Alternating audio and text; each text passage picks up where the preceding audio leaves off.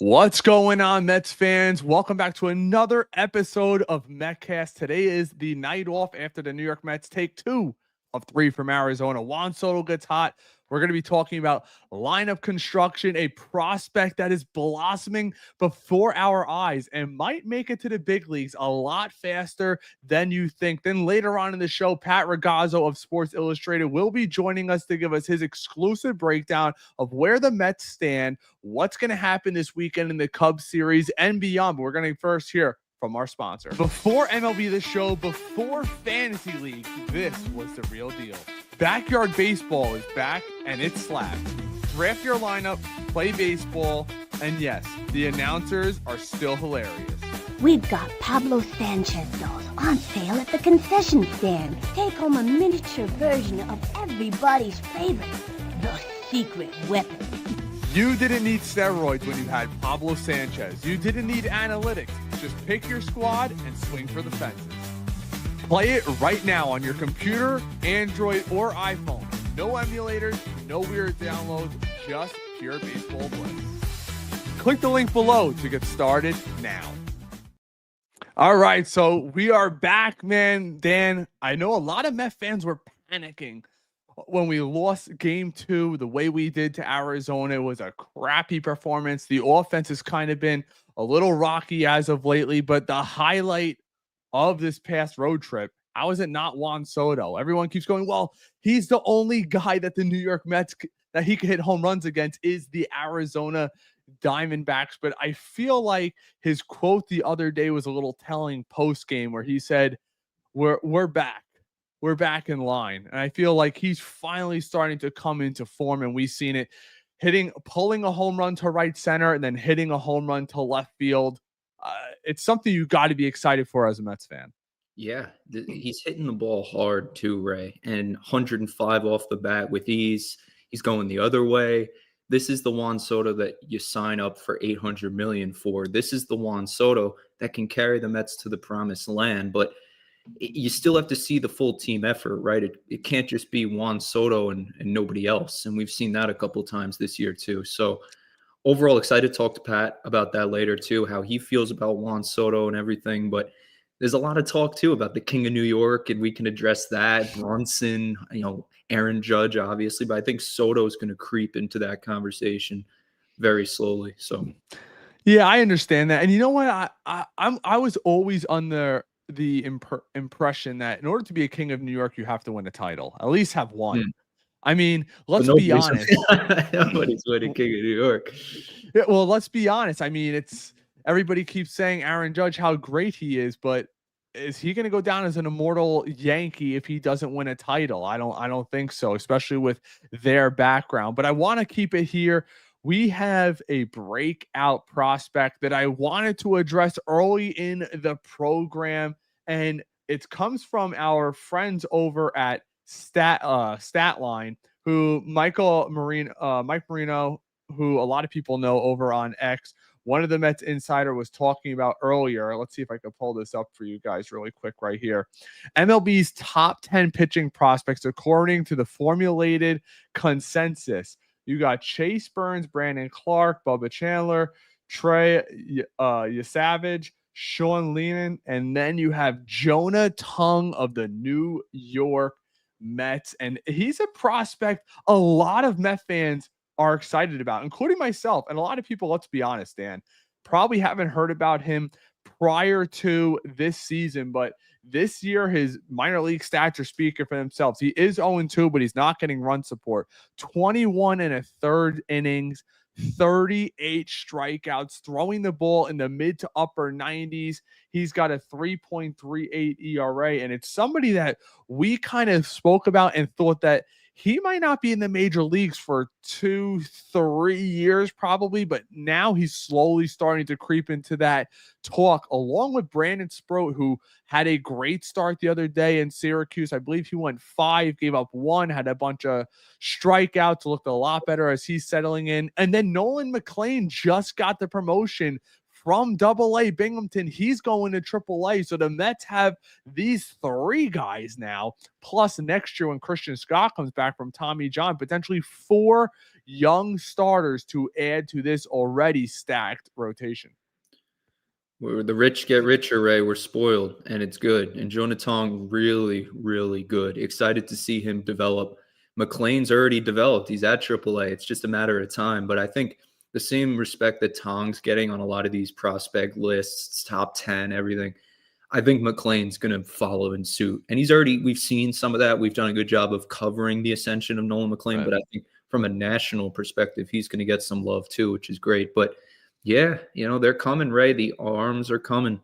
Yeah, you just got to keep them healthy. And, I'm excited to see what Tong brings to the table. I think he could be in the rotation as early as next year, breaking camp with this team. So excited for that. Well, I pulled up really quickly because McLean is actually, when you talk to scouts and guys like Ernest Dove around the league, they actually like McLean's secondary stuff better than Brandon Sproats, which is something to say, but they're both 23 years old. Both, coming into their own. But in Double-A this year, Nolan McLean, 3-1, 1.37 ERA over 26 1/3, 30 strikeouts with only a 1.22 WHIP. That is domination at the Double-A level. So that's something that we can kind of look forward to towards next year. But I'm thinking Sproat and maybe McLean, depending on the pitching situation up here at the big league level, might get their first, be able to dip their toes in the rotation. I think that's also another reason why we watched David Stearns maybe not go big fish hunting this past offseason. Everybody thought, Corbin Burns is the former Milwaukee Brewer, was there with David Stearns. He knows a lot about him. He was a lock to be a New York Met, and the Mets didn't even make an offer to the guy or anybody else of big name. Frankie Montas was the early signing, probably an overpay. We know the injury passed, but Griffin Canning, 1-year contract. Sean Manaea got the 3-year deal. They let Luis Severino walk, even though Severino wanted to be back with the New York Mets. The Mets were only willing to go supposedly 2 years on him. And I think a lot of that has to do with how high they view these pitching prospects. Yeah, the Mets internally view these guys very, very highly, and as they should, right? I think most organizations like their prospects, but they're willing to deal these prospects at any moment too. And we forget that. But obviously you want to build up stock. You want to build up reputation, trust in these guys. And McLean's doing it. And it's good to see, because no team in their right mind is going to have a long-term plan without the prospects in place. That's why David Stearns gets booed on Amazing Day, because maybe not directly at Stearns, but the idea of what he's saying, the young prospects are going to help us at some point this season. Nobody wants to hear that when your first baseman's Pete Alonso, right? But everything's lining up for the Mets. And I can't emphasize that enough. And you have to credit Stearns, too. He's doing it to perfection. Yeah, and you know what, Dan? I'll tell you this. 4 years, and Met fans, everybody who's in here knows exactly what I'm talking about. We never have high-end prospects. We just don't. When you look at Baseball America or MLB's top 100, we might have one guy cracking the top 100. Now, depending on who you look at, whether it's MLB.com, you'll have 3 or 4. Whether it's Baseball America, you have 3 or 4. Baseball America Toss, you have 3 or 4. It could be anywhere from Jet Williams, Brandon Sproat, McLean, Tong. These are all guys who, in my opinion, are pretty much locks to be in the top 100 next year. I mean, you look at guys like finally starting to blossom down in Double-A Binghamton. Jet Williams, I'm looking at his stats right here, over 82 at-bats, 2 home runs, 9 RBI, 7 stolen bases. He's hitting 293, but what's impressive is that 363 on base, turning his OPS into 863. And I know a lot of Met fans are not a believer in him because they get that stereotype. He's a small guy. He doesn't have crazy strength. Well, look what Luis Angel Acuna is doing for this team. That's the kind of prospect, in my opinion, Jet Williams is potentially better. And I only say better because he seems to have a better eye at the plate for a guy of his age. That's what he's touted out. He's that guy who very rarely goes out of the strike zone. If you watch his K rate, it's pretty low throughout this year. And I want to bring up really quickly this segment over at SNY that I was looking at prior to us coming on here, they're going to talk about what's making Acuna so successful at the major league level. They were hoping that he would win a job out of spring training here. He did, and he's really kind of run with it. I mean, he's flexible. He can play second base, third base. He can play center field. So I think that's really a bright sign for him. And the fact that he's hitting near 300, I'm just kind of curious. Do you think there's a lot of pressure on him, Jim, to put too much on his plate at this point of his career, putting him in this role? Yeah, it's interesting because, when they were trying to decide Batty or Acuna, I sided on Acuna because even in a certain role, he can do so many different things. So he doesn't, even though I had a little question about his bat, he can run, he can field, he can draw. There's all those things that you're kind of mentioning, the versatility, and now he's hitting. So, I think like this guy seems like every time you challenge him, he performs, right? They stuck him at third base for a couple innings the other day. He looked like he'd been playing there, most of the season. So I think you do, because he's 23 and he's new on the scene, you are careful with him, but I think this kid seems to really relish the challenge. So keep throwing him out there and see what happens. That's what I would think. And the athleticism, I guess, is something you don't really worry about taking a risk on because that's always there. Right. So. Yeah, right. Exactly.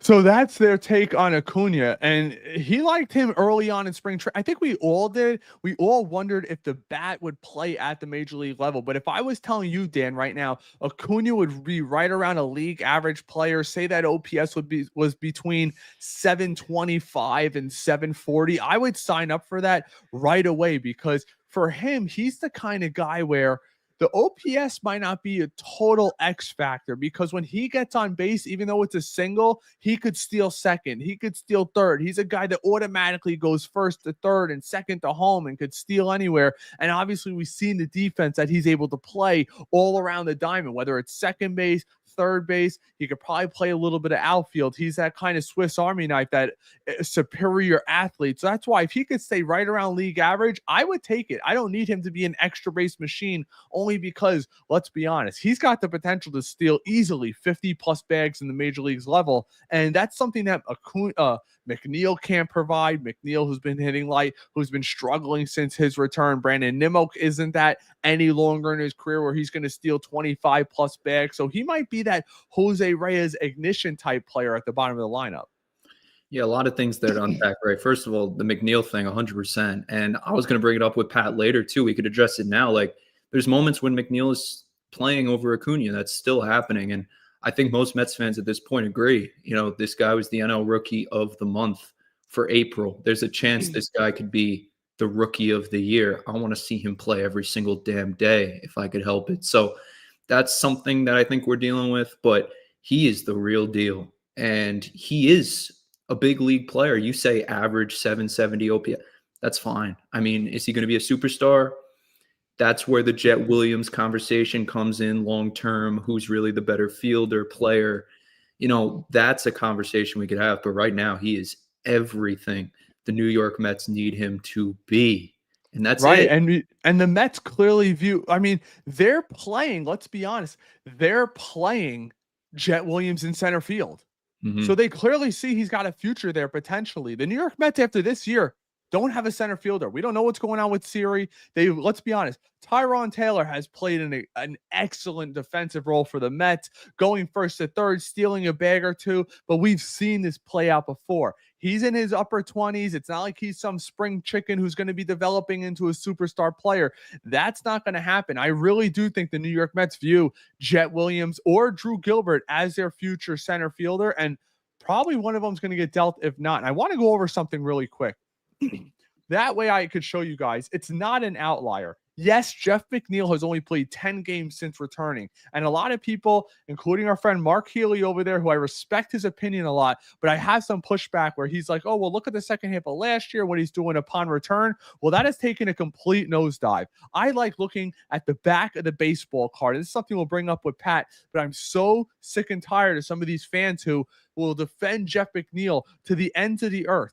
The last time he had an 800 OPS, 2022. Not 23, not 24, and not now in 25. Ready? In 2023, his OPS was 711. Last year, his OPS, 692. And this year's OPS, although it's just 10 games, is 711. Right on track. He is a below par player. His current WAR is 0.1. I mean, he's got 0. He's been back 10 games, 39 at bats, 0 doubles. He's got the 2 triples, 1 home run, but and 5 strikeouts. But his OPS is 711. And if they're going to have similar OPSs, to me, it's a no-brainer. This should be Acuna's job to lose. I don't know where you stand on this, but I am for giving the young guys a little bit more leeway. And a lot of people will be different. We saw Buck Showalter here. He refused to play any of the young players. Mendoza kind of seemed to be a little bit of a mixed bag, but I got a feeling he's going to prefer McNeil. And I don't want to stunt Acuna's growth. I know this stuff's going on with Mark Vientos, but to me, Acuna should be playing every day at second base, or at least given the opportunity to battle McNeil in the short term for that spot. We don't know where Brandon Nimmo's knee is going to be. McNeil could play a little bit of left, maybe a little bit of third, or a late game defensive replacement where you put McNeil at second and Acuna at third, because that's our next topic. But I want to get your opinion on Acuna, where you think he belongs. We'll get to some of the chats, and I have another topic that we must address, something that Met fans have been killing me for weeks, and I'm here to talk about it next. Yeah, the thing you mentioned, Mark Healy, and immediately I remember our conversation with Tim Healy sitting there in February, whenever it was, and we were figuring out Acuna versus McNeil, and he was very adamant that McNeil was going to be the guy. And in some ways or another, yeah, he is still the guy. The Mets look at McNeil and say, all right, you are a big leaguer. You give us big league at bats. You have a big league glove. Not to say Acuna doesn't, but there's still some development there. It still blows my mind that this is still a conversation, but I think they still look at McNeil as a big league player. He can play the outfield a little bit better than Acuna. You can put him in left field. You could put him in right field. Acuna, it would be a shock if he even plays center at this point, which is so disappointing. It was nice that he played third, sparked a little fire under Mark Vientos' rear end, who needs it right now. But I don't know what the future plan is for a guy like Acuna. That's why I floated. I heard some pushback. There's an idea that he's out of the picture. He's a trade piece. And I don't want to think of Acuna like that. I think of maybe Williams as more of the trade piece, but who knows? It's a conversation that the Mets are talking about every single day. And Jeff McNeil is, as much as we don't like it, Ray, we have to kind of admit that he is a big leaguer at the end of the day. There's something. And he's being paid. He is being paid like a big leaguer too. So now it's time. Let's get some of these chats really quick, and then I want to address the elephant in the proverbial room. Richard, what's going on, brother, over on Facebook? Let's go. Pitching has a bright future for our kids in the minors. Absolutely. Nelson, appreciate you always checking in, my guy. Love the poise of Tong, but then again, if I was blowing away hitters like him, I'd be poised too. Hello, Ray and Dan. Pat, my partner over at JetCast, Big Meat Pete. Acuna is smaller. Oh, I'm assuming that's what he meant. Or Acura. Acura. We hosting a podcast on cars. We can do that. Yeah. No. Jet is Mini Dykstra from Bo over on Facebook. Lewis says Acuna is our future full-time second baseman. Yes, Dan loves him some Alonso. I know that. I knew that in spring training. Raul chimes in. Let's go Mets World Series 2025. San always checking in over on X before you switch over to YouTube.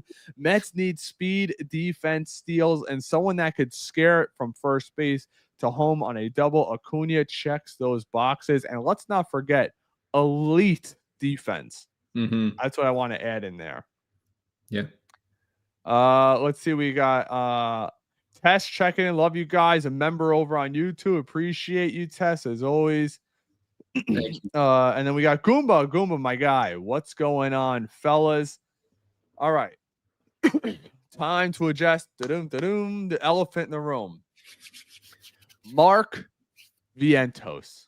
And I'm not talking about the hitter Mark Vientos.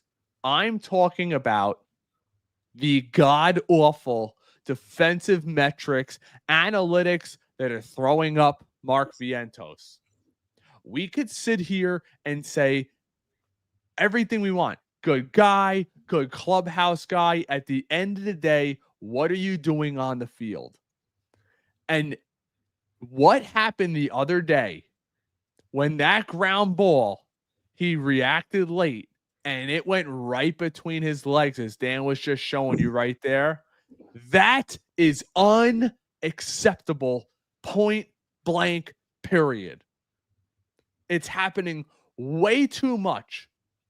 He's got a -9 run ability, according to Baseball Savant. Bottom 10% in all of MLB in lateral movement. He is an absolute liability, and teams know it. And I don't know, and I don't want to sit here and say his offense is affecting his defense, because we saw the start of this last year. You want to win a World Series, it's not going to be easy with a guy like Vientos, who's not hitting A. And let's be honest, it's May now. He's picked it up a little bit, but he is killing us defensively. And you're not going to see it in the statistics, only in the advanced analytics. That ball right there that Dan just showed you that went between his legs, the official score gave him a base hit on that. Think about that. The ball the other day, that routine ground ball that he threw and spiked in the ground to Pete, and Pete couldn't scoop it, went down as a base hit. Those are 2 outs. And that ball that was hit between his legs led to a run. Now you can get away with it against the Diamondbacks, who are an above average team, the Cardinals, who suck, Washington, who sucks, Miami, who sucks. But when you're facing a team like the Chicago Cubs, the #1 scoring team in baseball this weekend, then you're going to be playing the Yankees. You're going to be playing the Padres. You're going to be playing the Dodgers. Simple things like that will kill you. And I'm not saying make him a permanent DH.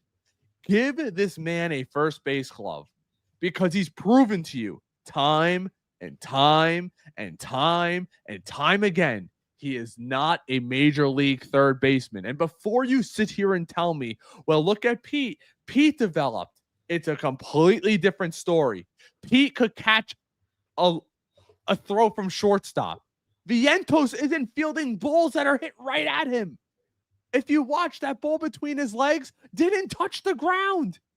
He goes to field it in front of him, then flips his glove and it's gone. That cannot happen. And one thing, you have other defensive players on this team.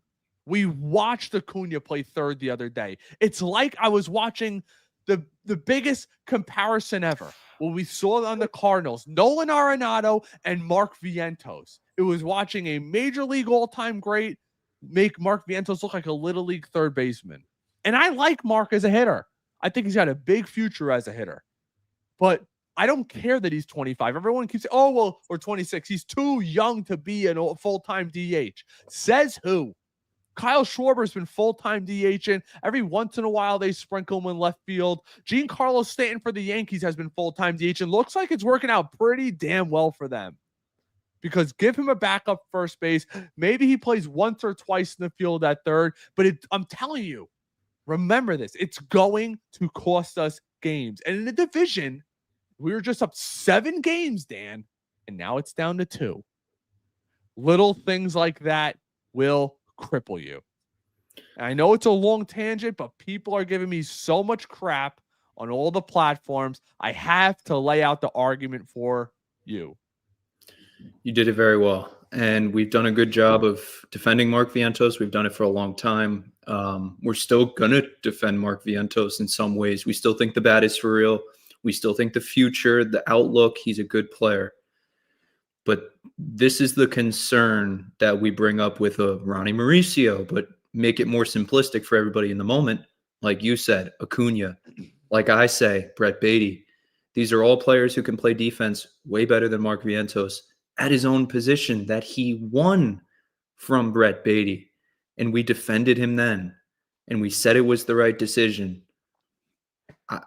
Time's running out. I don't know how else to say it. You have to be better in the field at the big league level. And it is costing the Mets games. What were we saying last year? We're fine with Mark Vientos' defense. We're enamored by what he did in the playoffs. He's a great player. The future's so bright. as long as he doesn't start costing us games because of his defense. Well, guess what? He did. So we're at an influx point. We're at a crossroads. What do? I'm at the point where I just say, make him a DH. There's better talent coming. And one more thing. We've seen this. It goes deeper than the diamond too, because it's mental mistakes. It's not hustling out balls in Miami and getting reamed out by your coach. Something's not right with Mark Vientos. I don't know if he thinks he's too good for the big leagues. I hope that's not the case. You can get humbled in this game quicker than any sport around, but he has to figure it out, right? That's the bottom line. He has to figure it out, and soon. People talk about the sophomore slump, and I'll get to some of your guys' comments, but here's my issue. Sometimes, I'm not going to say this is the case, but we're spitballing here. Maybe he fought so hard last year, finally won that job, and then this offseason, when you're told you're the guy, right? I mean, it's almost like, I feel like I'm not saying he's Jason Bay, but Jason Bay got paid, his career changed. Sometimes when you're handed things, you stop fighting as hard. And I understand a lot of people are going to say, well, Ray, you wouldn't say this if he was hitting offensively, but that's a part of the game. You can live with a guy being a butcher if he's hitting 270 and has an 800 OPS. The issue is he doesn't. He simply doesn't. Still has a high hard hit rate. I'm looking at a lot of his stats right here. His exit velocity is up there. It's up there, but he's not. But he's out of better be option. Great. That's the bottom line. Hey, people say his OPS is 671. 671, 127 at bats. He's hitting 220, 4 home runs, 15 RBIs. I can only imagine how many strikeouts he has. 30 strikeouts and 143 at bats. That's not a small sample size there. That's an okay sample size there. 25% of his at bats he's striking out, give or take. Right. And I'm more worried about the defense. I'll put him at DH and I'll say, you know what? I trust Mark Vientos and his bat's going to come around. But there's other options available. It's not like last year. We didn't know where Acuna was going to lie. We didn't know what Jeff McNeil was going to be, always at second base, injuries to left field, to Nimmo. We didn't know a lot about that stuff. But now we do. And you feel comfortable enough where when McNeil is out, Acuna is hitting around 300. And watch this, Dan. As Acuna progresses and he gets a little bit better eye at the plate, I do think he's an all-star caliber second baseman in this league. I just do. I do too. Oh, geez, my mic went down. I do too. 100% think Acuna's made the adjustment to the big leagues. Mark Vientos still making that adjustment to the big leagues. But it'll happen. I think we've run out of time too quickly. We're impatient on a lot of these players. We're impatient on Brett Batty. Let's be honest. Like, I think that's the perfect example to say to a Mets fan, like, how patient were you with Brett Batty? And he's back, and he went 0 for 4 yesterday. But, there's other options on the horizon. So I don't think we should worry too much about Vientos, but it is a worry, and a big one that's becoming much bigger. I want to get to some of these comments. I was just texting our guest. Yep. Goomba says Batty at third base. Vientos as DH. Hopefully Vientos hits better with not having defensive issues on his mind. Yeah, definitely. One thing about Vientos too, and then I'll address the Batty thing. People say send him to Syracuse. You can't do that, guys. We try to inform, and you're given 3 options, and Vientos has used all of them. So there's no path for Vientos to go down to AAA. Just wanted to reiterate that one more time. But Batty definitely takes pressure off Vientos. It's a left-handed bat too. If the Mets want a right-handed bat to play third base, that's Acuna. But yeah, there's options to get Vientos off his feet. There's ability to get him still in the lineup, get him at bats. I don't think it's a confidence issue. You look at Brett Batty and say, yeah, he's dealing with a confidence issue. You look at Mark Vientos, the confidence radiates off of him. It's not an issue of that. It's more just, I think it's some complacency, Ray. I think you might be onto something with that, where he just said, hey, I'm a big leaguer. I'm giving third base, and that's it. All right, guys. You know what? This whole thing is, I had our old things up, but we're now joined by our guest, writer for Sports Illustrated, Pat Ragazzo. Pat, thanks so much for joining us, brother. Ray, Dan, good to see you guys. Thanks so much for having me on. Likewise. Now, obviously, you heard some of this conversation that we're going in on right now with Mark Vientos. A lot of fans are frustrated, trying to call a spade here, though, trying not to overreact. But he's about 150 at-bats in, hasn't been hitting, and let's be honest, he's been a complete butcher at third base. Could you see any moves coming in the near future, or the Mets going to ride this out with him? I think they're more inclined to ride it out with Vientos, just given the numbers that he put up last year. And, Batty's been up and down. He's a guy who's trying to get his footing.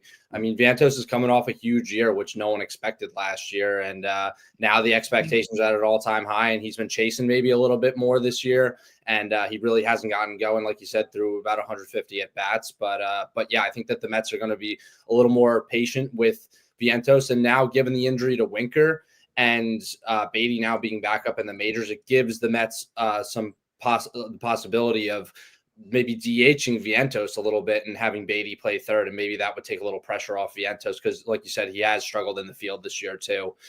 So yeah, maybe that would give him some little more leeway maybe to get going with his bat.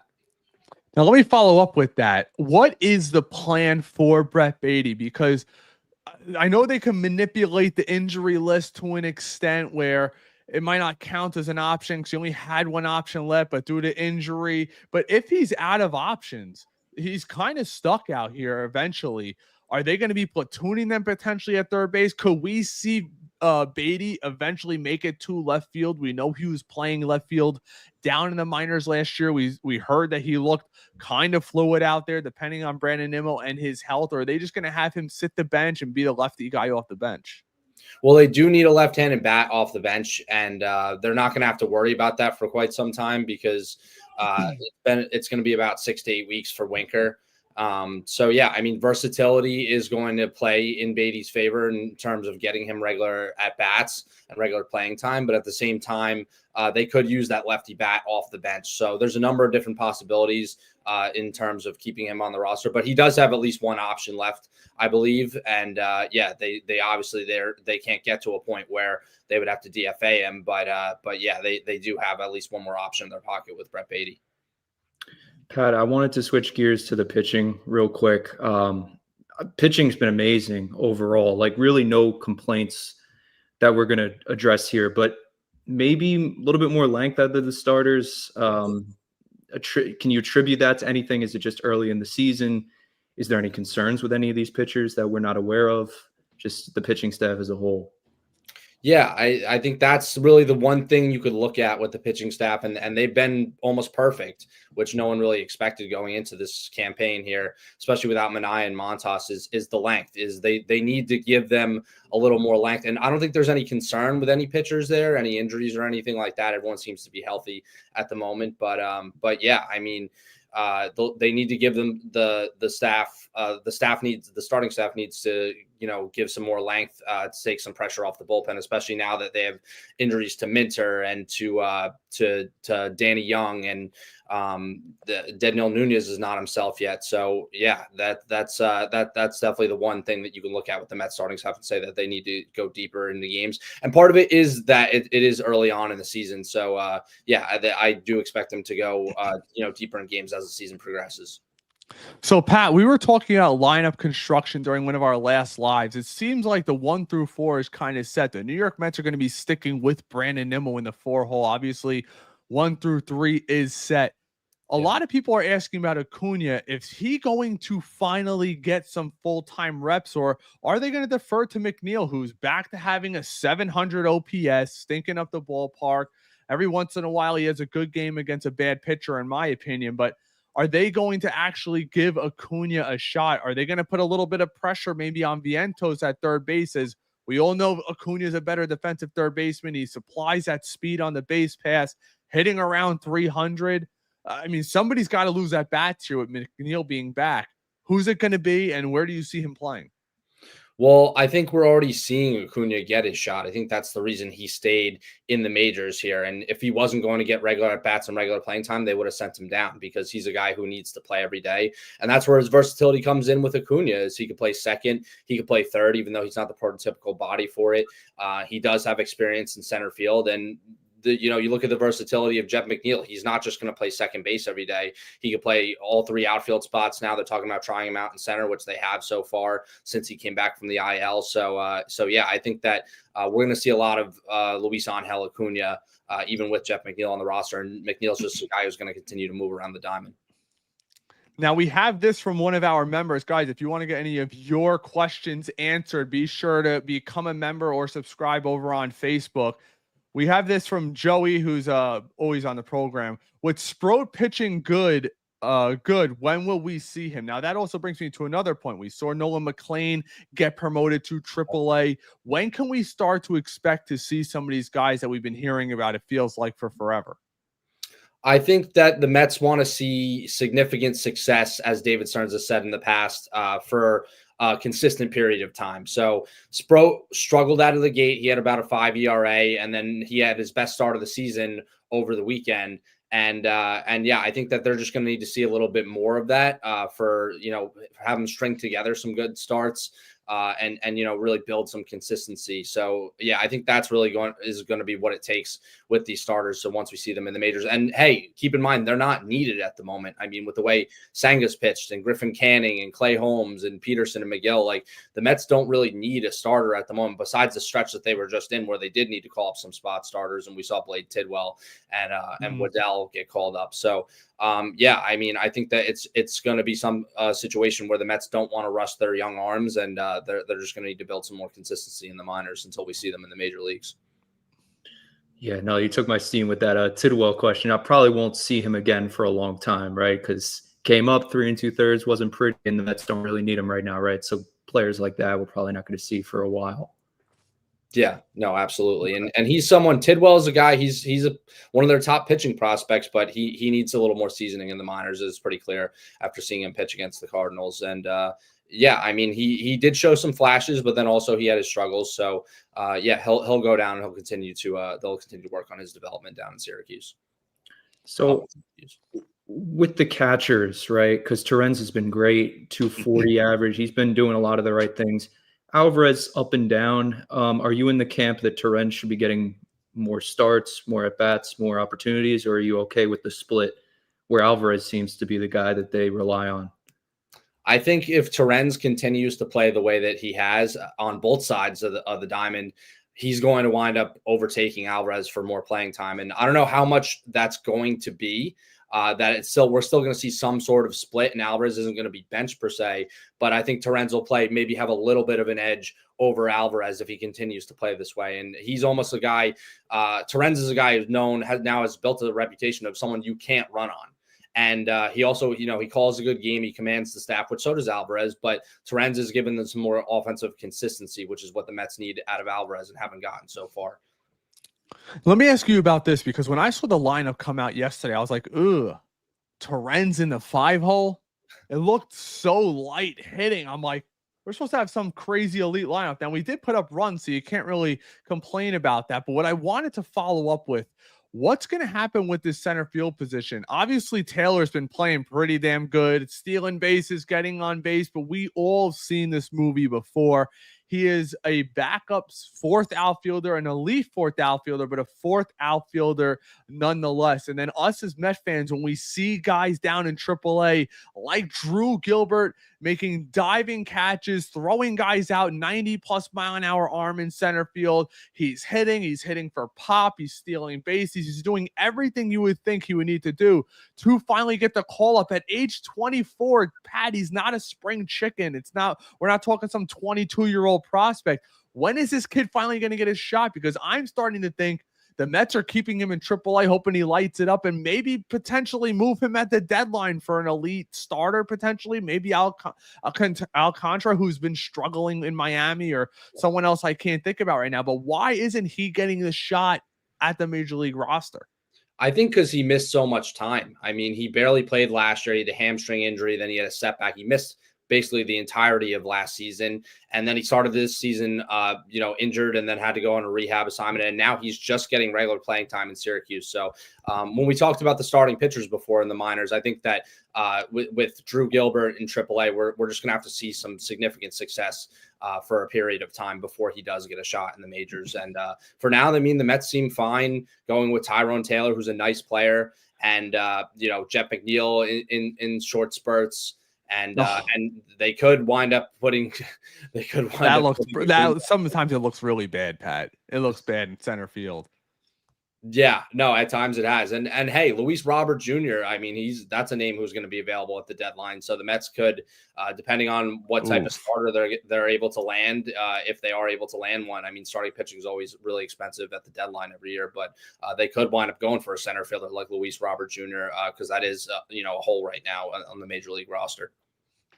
Now, could you see them potentially adding to this pen? Because let's be honest, right now, Danny Young, who I've been calling for the DFA for 2 years now, he's down. Minter's down. We saw the signing. Is there any outlook for a lefty in this bullpen coming up? Yeah, I mean, they almost have to. I feel like they need to. They do have Brooks Raley, who's going to be back probably sometime, in maybe July. It's kind of hard to say because he did have Tommy John last May.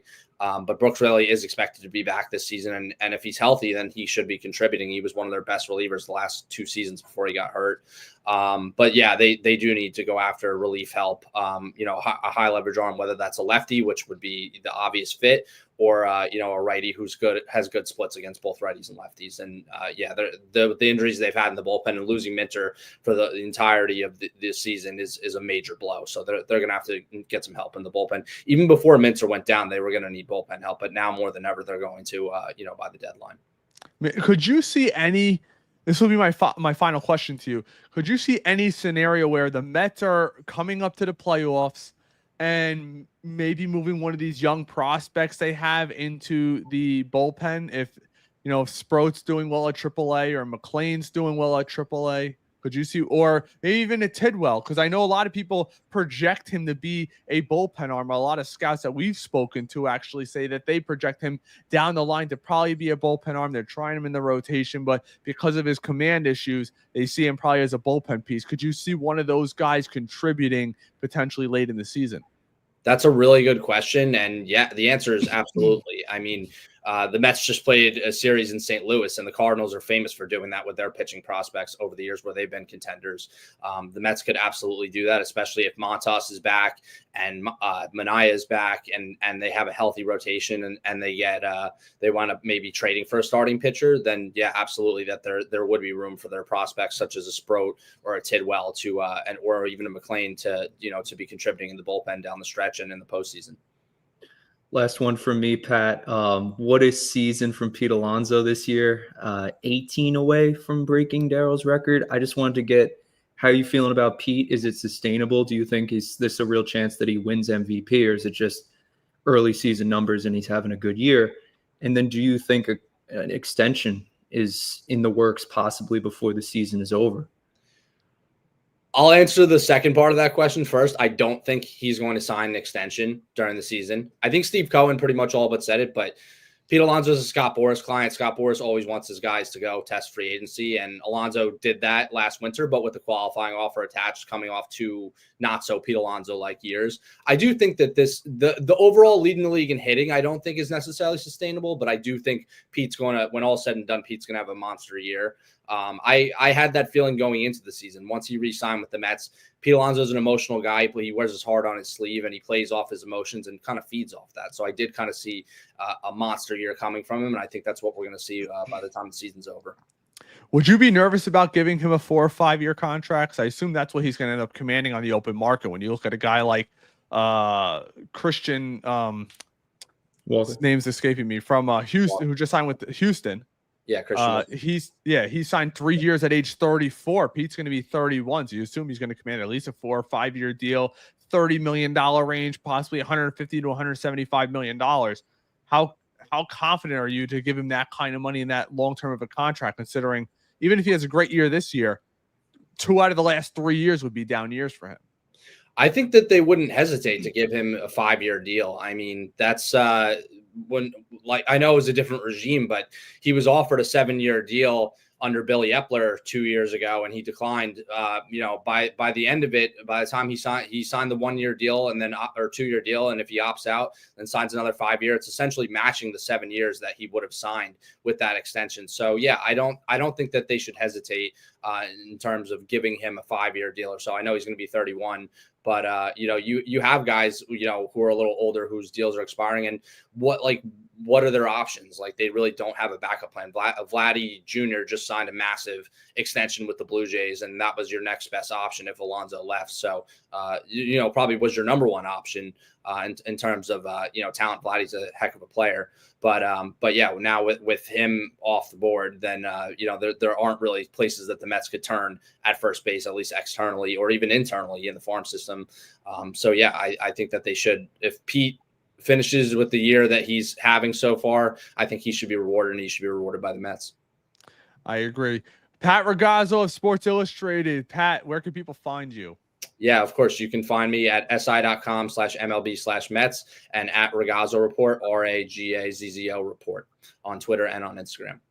All right, Pat, thanks so much. We'll have you back on soon. Love the insight and some good knowledge. We got a big series coming up this weekend, and hopefully it doesn't rain because we're looking forward to it. Well, don't hold your breath on that one. But yeah. All right, Pat, thanks so much, brother. Thanks, guys. Take care. So that's Pat Ragazzo over at Sports Illustrated. Obviously a friend of the program for a while. Covered the Jets for a while. He might still be covering the Jets, but I took a lot of good things away from that. One of the big things, Dan, that I'm interested to see, which I think is going to end up happening, I think Blade Tidwell is going to get added to this bullpen towards the end of the year. Scouts say what they want to say. He's had the control issues. He's even had it down at AAA. When we brought him up, his ERA was almost 5, or was in the 5s. It's not like he's pitching like Nolan McLean, a 1.7 ERA, not walking anybody down at AA or AAA. He still has those walk issues. And because he throws hard, he gives up some hard hit balls. So when you're walking 2 or 3 guys, you give up a hard hit ball in the gap, it's 2 or 3 runs, it balloons your ERA. So I'm thinking they project him to be a back-end bullpen arm, and maybe that's not the worst thing in the world. He's throwing 98 miles an hour as a starter on the outside corner. You may have a deadly combination, dare I say, between Nunez, Tidwell, and Diaz, and maybe they add somebody else. And that'll also put Ryan Stanek back in the role where he's most successful, that 6th, 7th inning type guy, him and Reed Garrett. I don't like Stanek closing games. I never did. We obviously saw what happened this year. He hasn't been able to close out games, but that would give the Mets 3 or 4 really lively arms in the pen heading into the postseason. Yeah, I mean, Tidwell showed he had starter-like stuff, but I like him more in the pen too, Ray. I really do. And I think a big reason why the Mets called up a guy like Tidwell, called up a guy like Waddell, give them that big league experience, give them that cup of coffee at the big league level, because that's all they need. What were we saying about McGill? He was always had big league stuff, but never took that big league step. Yeah. He finally did. I think to get the most out of a Tidwell, similar to a guy like Kranick, I mean, there you go. There's a guy that was a starter who failed, didn't do very well. And not saying Tidwell can never be a starter in the big leagues, but at this point in his career, I think the Mets better utilize him out of the pen. I 100% agree. Right. I think that also plays into it too. Let's look at this rotation. The rotation's already full. You have Mania coming back. Regardless of what we think as Met fans and how right Dan and I were about the signing, and probably you were right too about the Montas, he's here and he's going to opt in next year. There is no shot. I don't want to say no shot. Aside from him coming back and having a 2 ERA, which he's never had, but aside from that, he's going to opt in. He's going to be your 5th starter next year. So you have the David Petersons, the McGills, the Sangas, the Manias, the Montas, the Clay Holmes, right there, 6 starters. And let's be honest, Sproat's a starter. Christian Scott next year is going to be a starter. Potentially McLean coming back. You are 8 or 9 guys deep before you get to Tidwell. And that's why I think the Mets are maybe better off putting him in that bullpen type game. Now, I'm not saying that he can't be a starter. Maybe he goes down there, he finally figures it out. We've seen it before. Look at guys like Garrett Crochet finally putting it together, 24, 25 years old, cashing out big eventually with the Red Sox. That's the kind of lively arm that Tidwell has, but we'll have to see him put that command together before you trust him that way. But I want to get to some of these comments. Elvin, OMG, I miss Jose Iglesias.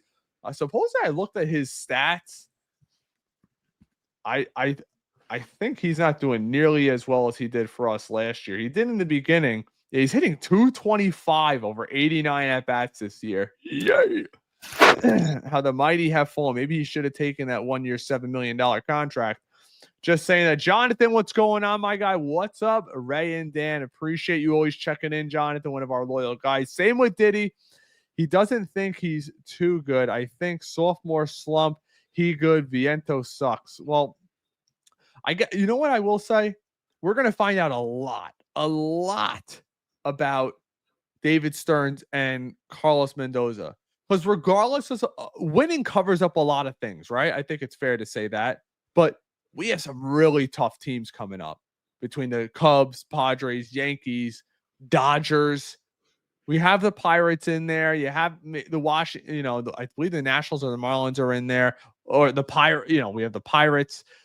It's going to be really interesting to see, Dan, what actually happens. Are they going to start maneuvering things around? I mean, he's going to be getting to 175 at bats soon, which is kind of the barometer to where you're at. And if you're not fully here defensively, we got your replacement potentially on the roster already. Yeah. A couple things with the Iglesias. It was funny too. There was an article this week in the Post. He had a dream about the Mets and hitting a walk-off against them. And I just thought that was funny. He's still dreaming about the Mets. But, Iglesias, yeah. I mean, there's a lot of these players that I look at. It's like, what was the Mets' plan all along? Letting guys go, letting guys stay. I think that applies too with Sevy and Montas. You talked about Montas. I mean, you got to understand that money is a really big part of these decisions. And I see it on Twitter all the time. Oh, when Montas comes back, he just goes to the bullpen. He's not going to be in the rotation because the Mets don't need a spot for him. You're paying him $34 million and you're guaranteeing every cent of it. Of course he's going to be in the rotation. It's the same way you pay Holmes $13 million. And if he has to go to the pen, fine, but you're getting a bargain on a starting pitcher. You don't pay $34 million for a bullpen arm. Right. I totally agree with you guys. And that's all we have for you guys today. If you appreciate this content and are enjoying it, make sure you leave us a thumbs up. We'll be having more lives. Hopefully, if there's no rainouts this weekend, we'll have some live post games for you. So make sure you're here post game. Come join the conversation. If you're liking this content and you want to be able to ask questions, as I believe it was Joey who chimed in, one of our members. If you want to ask questions and you become a member, I think it's like $2. And we get to your questions with our live guests who we're planning on having on more and more. I reached out to some people who I know over in the Yankees community. Maybe we'll do a breakdown prior to next weekend series against the New York Yankees, as I believe we are again off on Thursday. But that's all we have for you today. Make sure you give Dan a follow over on Instagram and on X at Dan Bartels. Obviously, give us a follow if you can over on X, on Instagram, and over on Facebook. Those communities are awesome growing. And shout out to some of the other content creators. Our boy James over at Mets Coverage puts up some great graphics and stuff over on Instagram, and so many other content creators that there's actually just too many to name. But appreciate you guys chiming in. As always, let's go Mets. Peace, everybody.